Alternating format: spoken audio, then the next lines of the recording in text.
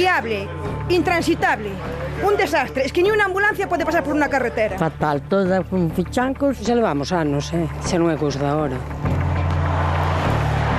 Ayer hubo 2 accidentes precisamente. Y no te cuento ya los reventones de ruedas. Desastre total.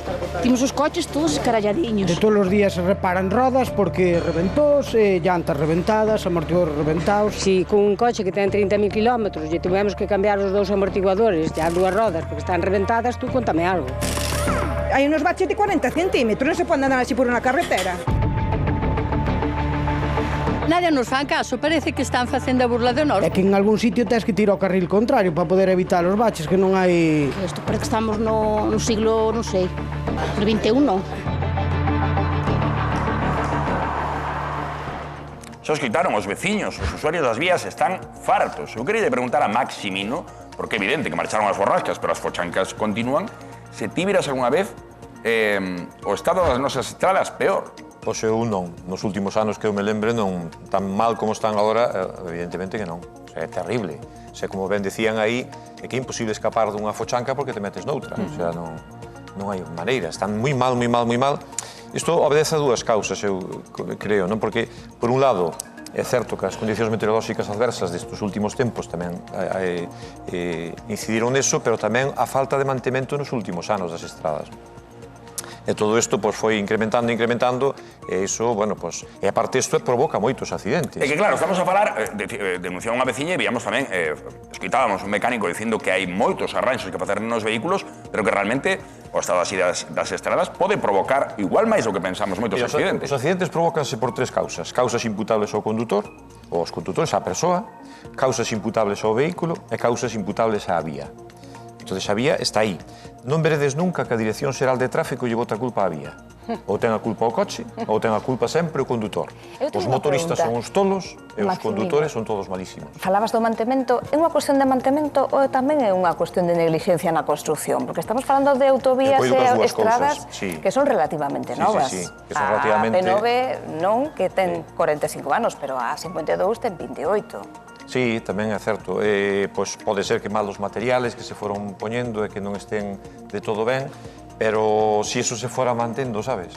O sea, se fora reparando. Ti vas por as autoestradas alemanas e sempre están en obras. Eu non sei como fan, pero sempre están en obras. Sobre todo o carril onde están os camións sempre están en obras. Aquí... O mellor teñen orzamentos cada ano, e aquí, como non temos orzamentos, pois evidentemente pasa o que pasa. Pois imos a avaliar como está o estado de saúde da nosa rede viaria, das nosas estradas, Raquel.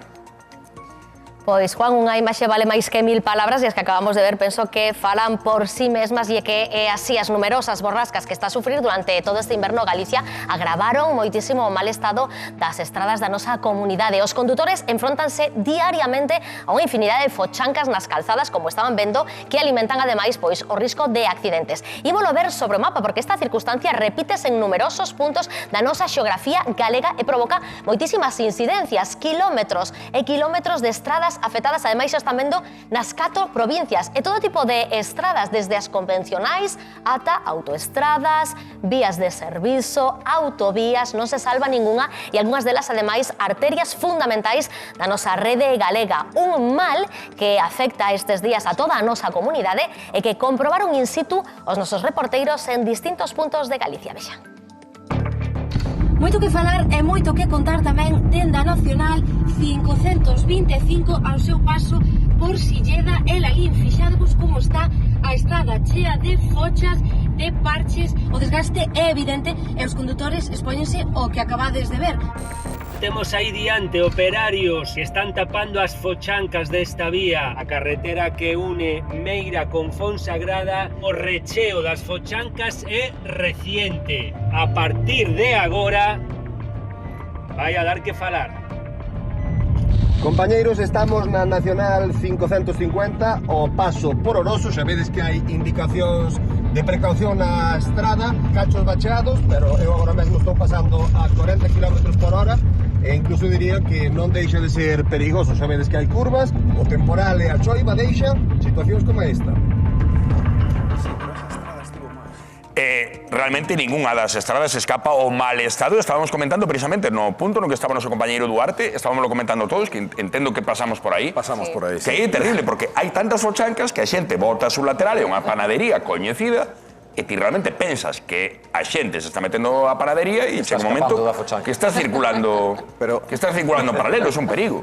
Esa estrada, evidentemente, os temporais estes últimos, esa estrada sempre estivo mal, leva anos mal. Nos na Voz de Galicia fixemos 200.000 reportaxes sobre o mal estado da Nacional 550 e non a reparan, van arranxando aí pouco, pero non hai unha reparación integral. É unha estrada moi importante, porque é unha estrada, hai que lembrar que a Nacional 550 une a Coruña con Tui. Claro.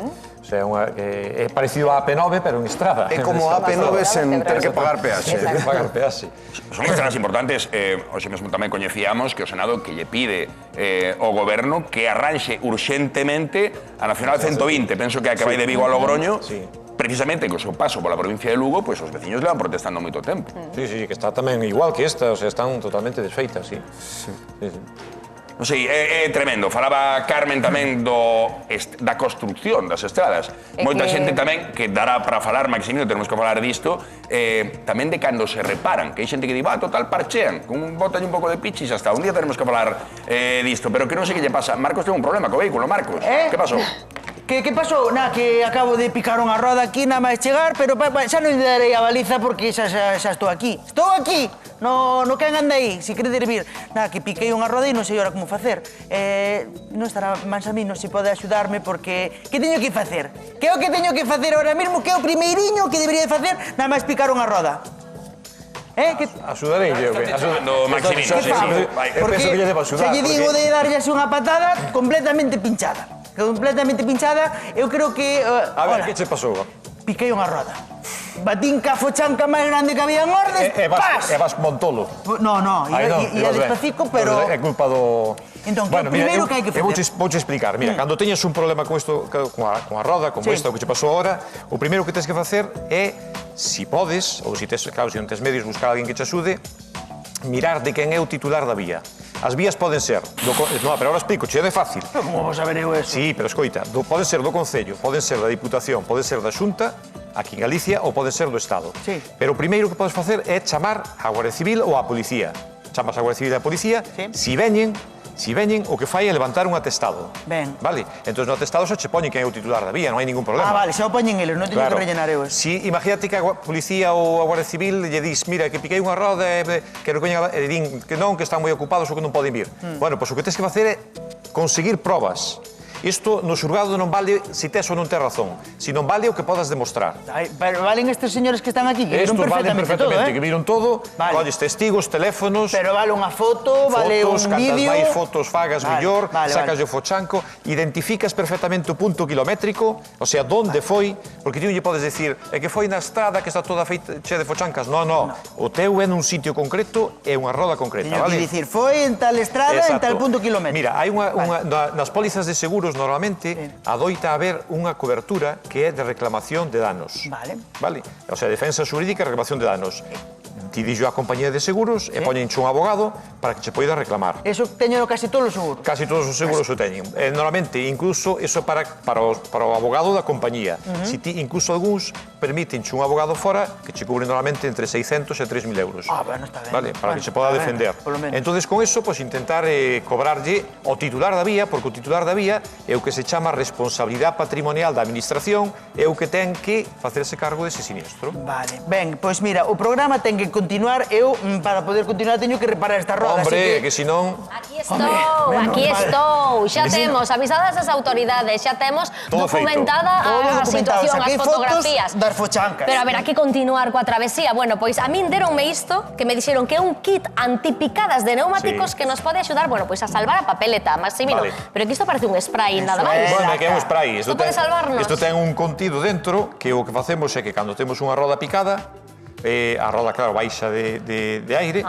Normalmente no que venche, isto máis venche un compresor de aire, vale? As dúas cousas. Isto que fai é que crea por dentro unha película, por dentro do que é o neumático, Entón, se lle damos aire, nos primeiros kilómetros, 5 ou 6 kilómetros, temos que ir devagariño, despacio, non moi depresa. Para que se distribuído. Claro, para que o líquido vaya correndo. Pero hai que ter unha cousa, ten en conta unha cousa. Esta fochanca que pillastes ti é desfixo neumático, isto non... Claro, isto é para casos concretos, nunha picada ou algo así. Unha punta por aí. Claro, que perde, porque senón ti metes... Podemos ver como se faría, porque aquí temos... Teño esta roda que é de outro coche máis cativeiro que teño... Vamos lle dar na volta. Un picado. Así. Que sería o primeiro que teríamos que comprobar? Que non se trata dun corte grande nin nada, senón dunha picada. Ti se ves que ten un furado xa, olvídate. Non hai moito que ver. Aí ten que ver xa... Exactamente. Logo, despois sacamos este tapón. Metemos isto. Hai outros que son un pouquiño máis fáciles que este. Sí. Que son o que funcionan da seguinte maneira. Aquí temos o comprensor de aire. Sí. Temos o comprensor de aire que ven por aquí e daqui sale e colle líquido.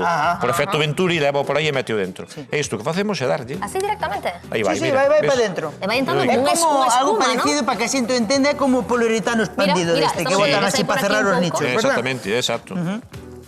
E metese dentro. O pasa que agora non para, vamos a armar aquí. Para alarmar. Xa sería a primeira vez que un truquiño non nos sae en directo. A roda esta era a miña, non sei se era para facer isto, pero bueno. Xa podes tirar, que ahora xa non vale para nada. Bueno, entonces isto, o que decía, este líquido todo que metemos aí, vai collendo esta espuma que temos aquí, vai indo cubrindo, entonces a picada tapa. Pero ollo, isto, vamos a sacarlo de aquí. Oi.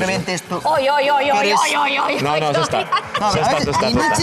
Este merengue que parece isto, a voltas co prato. No, isto está... Isto pode... Queres algo para limpiarte? Bueno, si houbera millor. Agora nos traen algo. Deixaríamos que isto invada todo o noso neumático. Vale, entonces o que tenemos que facer é que isto podes andar con isto un máximo de 50 ou 80 km. Logo depois hai que reparala. Quer dicir, isto non é unha reparación definitiva. A mí pasoume isto que o fixen e nun taller desaconselláronme, entre aspas, porque depois había que... Limpala. Bueno, ou desfacerse da roda. Bueno, se ao mellor queda mal estado, sí, pero se non, límpase por dentro, ben, sácase toda esta espuma, si se pode, entonces se... Aquí temos para limparnos. E nos serviría como solución temporal para achegarnos ao taller máis próximo e que ali nos solucionen a situación. Isto non o fagan sin luvas, hai que ter unhas luvas aquí e facer con luvas. Oxe, pillounos así a cousa. Bueno, pero está fenomenal para ter, pois eso, unha solución temporal que nos saque un poquinho da situación. Claro, é o que digo, ti chegas a un sitio e ves que che está perdendo a roda e tens que seguir a marcha, pois cunha picada pequena... Con isto serve. De que prezo estamos a falar, Maximino? Isto anda sobre 15 euros ou así. Por un módico prezo, temos aí unha axudiña para salvar a papeleta. Isto é importante que sepan utilizalo porque os coches modernos non traen roda de reposto. Non a traen. Ou traen a de galleta esa pequeniña, sabes, esa galleta... Pero nin unha como esta, pero non, máis fina. Máis fina ainda que esta, que podes andar con máximo 80 km por hora tamén. Ou se non traenche este spray, cun compresor. Na máis. Así, claro. Pois pode facerse por un módico prezo con un kit como este que nos salva un pouco a situación. Pois xa estaría. Agora xa saben utilizalo, hai que enchelo e ir devagar nos primeiros kilómetros. Isto tamén non hai para bicicletas, Vale, en bicicleta tamén a propia cámara da bicicleta que xa ven con el dentro. Se ven coa conversa. Non vos preocupen, seguro que na casa xa tomaron boa nota, pero aínda non marches porque queremos tamén, será un anaquiño, revisar todas esas incidencias que son as máis habituais agora que estamos en pleno inverno, en estes meses de frío, porque parece ser que a cousa sí que vai un poquinho coas estacións. Nun anaquiño revisamos e facemos unhas cantas recomendacións, Juan.